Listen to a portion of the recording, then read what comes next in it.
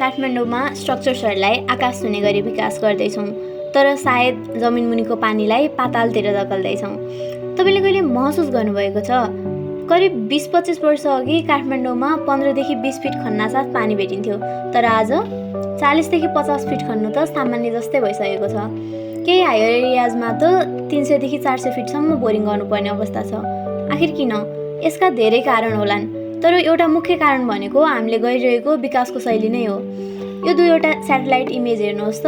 पहिलो तस्बिर 2060 सालतिरको हो, दोस्रो 2082 सालतिरको। एउटै ठाउँ, तर कति ठुलो परिवर्तन। पहिले खाली जमिन धेरै थियो। जब वर्षा हुन्थ्यो पानी जमिनभित्र सोसिन्थ्यो र ग्राउन्ड वाटर रिचार्ज हुन्थ्यो। अझै नेपालमा ग्राउन्ड वाटर रिचार्जको सबैभन्दा मेन टाइम भनेको नै मनसुन सिजन हो। अनि मनसुन सिजनमा यी खाली ठाउँमा धानको खेती हुन्थ्यो।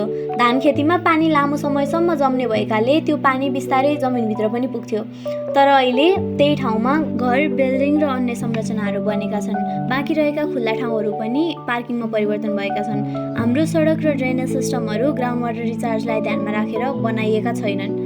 साइड ड्रेन्सहरू पनि पूर्ण रूपमा कङ्क्रिट लाइनिङ गरिएका छन्। अहिले वर्षाको धेरैजसो पानी जमिनभित्र पस्नै पाउँदैन, सिधै बगेर खोलातिर जान्छ। अनि हामी माथिबाट पानी पस्न दिइ नै राखेका छैनौँ, तर तलबाट पानी भने निकालिरहेका छौँ। यस्तो अवस्थामा ग्राउन्ड वाटर लेभल घट्नु लगभग निश्चित नै थियो। सायद समस्या पानी कम हुनु होइन, समस्या त हामीले पानीलाई जमिनभित्र पस्ने बाटो नै बन्द गरिदिनु हो।